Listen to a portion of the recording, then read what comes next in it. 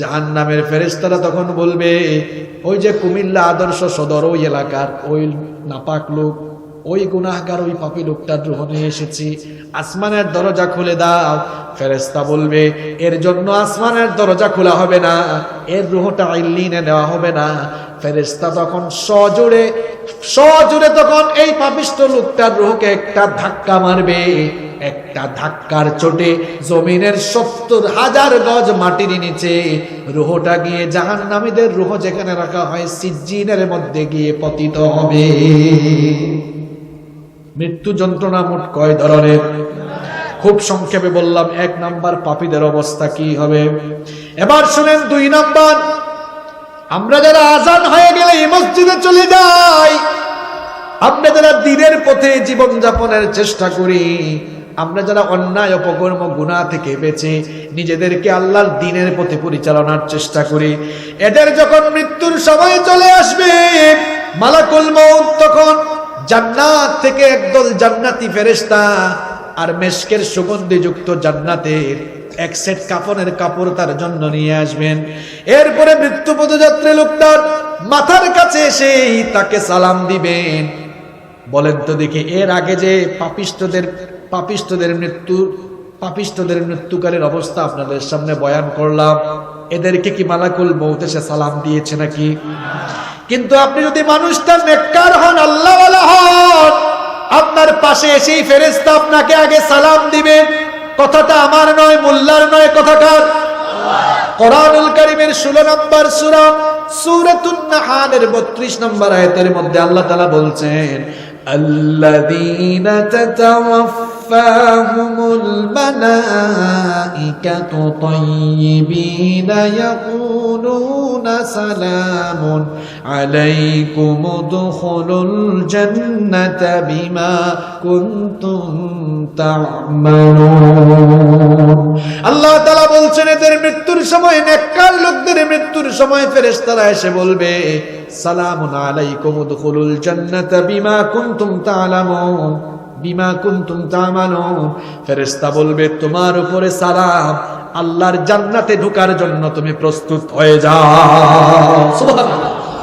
কোরআনুল কারীমের ৪১ নম্বর সূরা হামিম আস-সাজদা এর ৩০ নম্বর আয়াতে আল্লাহ তাআলা আরো সুন্দর করে বললেন, ইন্নাল্লাযীনা ক্বালু রাব্বুনাল্লাহু সুম্মা ইসতাকামু তাতানাজ্জালু আলাইহিমুল মালাঈকাতু আল্লা তাখাফু ওয়া লা তাহজানু ওয়া আবশিরু বিল জান্নাতিল্লাতী কুনতুম তুআদুন।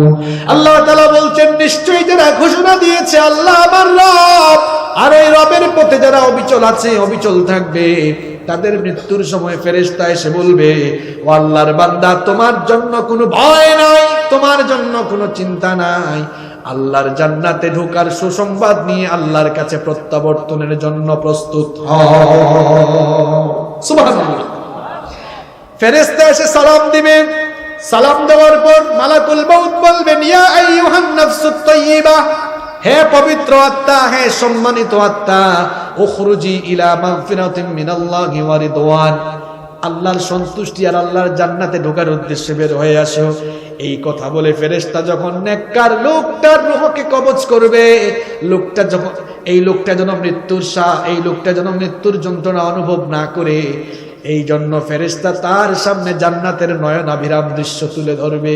একটা ছোট্ট শিশু যেমন ক্ষুধা লাগলে পরে চিৎকার করে কান্না করে, এরপর মা যখন তাকে কোলে নিয়ে দুধ খাওয়ায়, দুধ পান করার সময় বাচ্চা যেমন আরামে আরামে দুধ পান করে আরাম করে ঘুমায়, ফেরেশতাও যখন লোকটার সামনে জান্নাতের নয়নাভিরাম দৃশ্য তুলে ধরবে, আল্লাহওয়ালা নেককার লোকগুলো জান্নাতের দৃশ্য দেখতে দেখতে আরাম করে ঘুমায়া যাবে।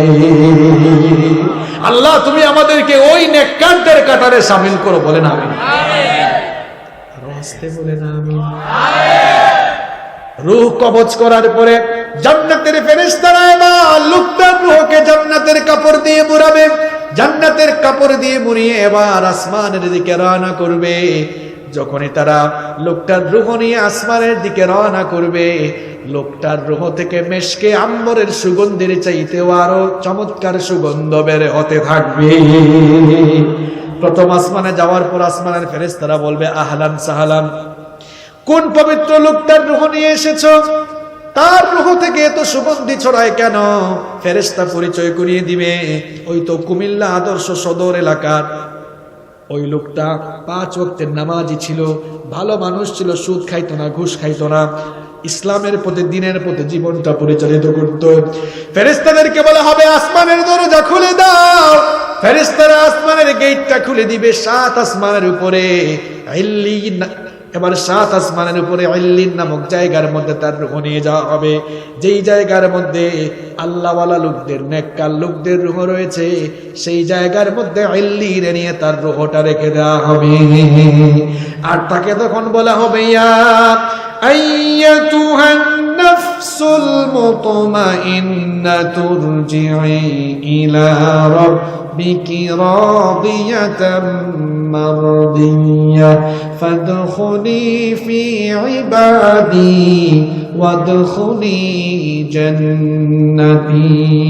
বলা হবে হে প্রশান্ত আত্মা, তোমার রবের দিকে সন্তুষ্ট চিত্তে ফিরে আসো, আমার নেককার বান্দাদের সঙ্গে শামিল হয়ে আমার জান্নাতে দাখিল হয়ে যাও। সুবহানাল্লাহ।